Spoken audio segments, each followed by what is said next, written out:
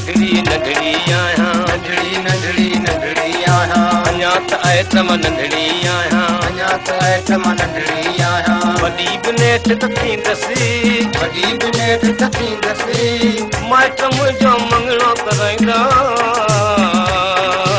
जवान जॾहिं मां थींदसि अञा त आहे त मां नंढड़ी आहियां अञा त आहे त मां नंढड़ी आहियां ओ आहे त अञा मां नंढड़ी आहियां आहे त अञा मां नंढड़ी आहियां उमरकोट जिले थरपाकर जे बहराड़ी में हिकु ज़मींदार पंज 8 सालनि जे धीउ सां गॾु बंगले में रहंदो हो बंगले जे चौधारी कंदनि जो लोढ़ो ॾिनल हो ऐं लोढ़े जे ॿाहिरां पहलवान पीरल नाले संस चौकीदार पहिरो ॾींदो हो हिकु ॾिहाड़े कंहिं कम सां के ज़मींदार ॿाहिरि थो वञे ऐं घर में पंहिंजे 8 सालनि जी धीउ अकेली ॾिसी पंहिंजे नौकर पीरल खे पारक थो करे वञे पीरल चवे थो त मुंहिंजा साईं हीअ मुंहिंजी नंढड़ी अम्मा आहे तव्हां हुनजो को बि फिक्र न करियो ज़मींदार जे ॿाहिरि वञण जो मौक़ो वठी हिकु चोर डाकू पुठिएं पासे खां लोढ़ो टिपी बंगले में दाख़िल थो थिए ऐं अन जे कुंडीअ पुठियां लिकी थो विहे 8 सालनि जी छोकिरी जे हिकु जारे मां बत्ती खणी ॿिए जारे में रखी राति जो सुम्हण जी कोशिशि कई त सोझरे ते वञी चोर ते नज़र पियसि ऐं खिरक भरे ॾकी वई पर दिलि न लथाई दिल में सोचाई त मुंहिंजो पहलवान पीरल नौकर त ॿाहिरि बराबरि वेठो आहे पर जेसी सॾु करियांसि तेसी मूंखे चोर मारे विझंदो उन करे अहिड़ी का अटकल करियां जो चोर खे पीरल खां जलायां पंहिंजी जान बि बचायां पंहिंजो माल बि बचायां छा कयई जो बत्ती साॻे जारे में रखी ऐट कढी वई कटण लॻी ऐं ऐट सां ॻाल्हियूं करण लॻी चोर जे लेखे त ॿार आहे 2-3 मिंट ऐट सां ॻाल्हियूं करे ॻाए ॻाए थकिजी सुम्ही पवंदी पर ॿुधंदड़ सोचियो त 8 सालनि जे छोकिरीअ छा पंहिंजो दिमाग़ सां कमु वरितो आहे हू ऐट खे चवे थी त मुंहिंजा मिठड़ा ऐट ओ मुंहिंजा अजड़ा ऐट अञा त ऐट मां नंढड़ी आहियां अञा त आहे त मां नंढड़ी आहियां वॾी बि नेठ त थींदसि वॾी बि नेठ त थींदसि माइट मुंहिंजो मङणो कराईंदा जवान जॾहिं मां थींदसि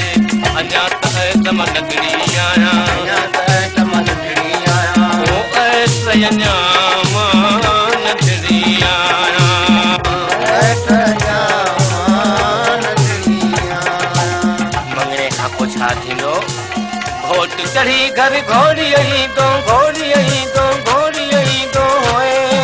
वठी नाल मुख नींदो यर वठी नाल मुख नींदो यर वठी नाल मुख नींदो वो छॾे पिटन जो घर ही पुराणो अरे सावरनि जे घर बींदसि वॾी बिनेत थींदसि शादीअ खां पोइ छा थींदो शादीअ खां पोइ पुट बि त जमंदो होई मां पीरल नाम धरींदसि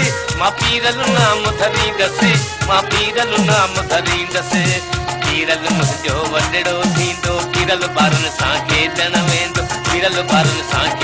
वेंदो पोइ मां मानीअ लाइ सॾींदसि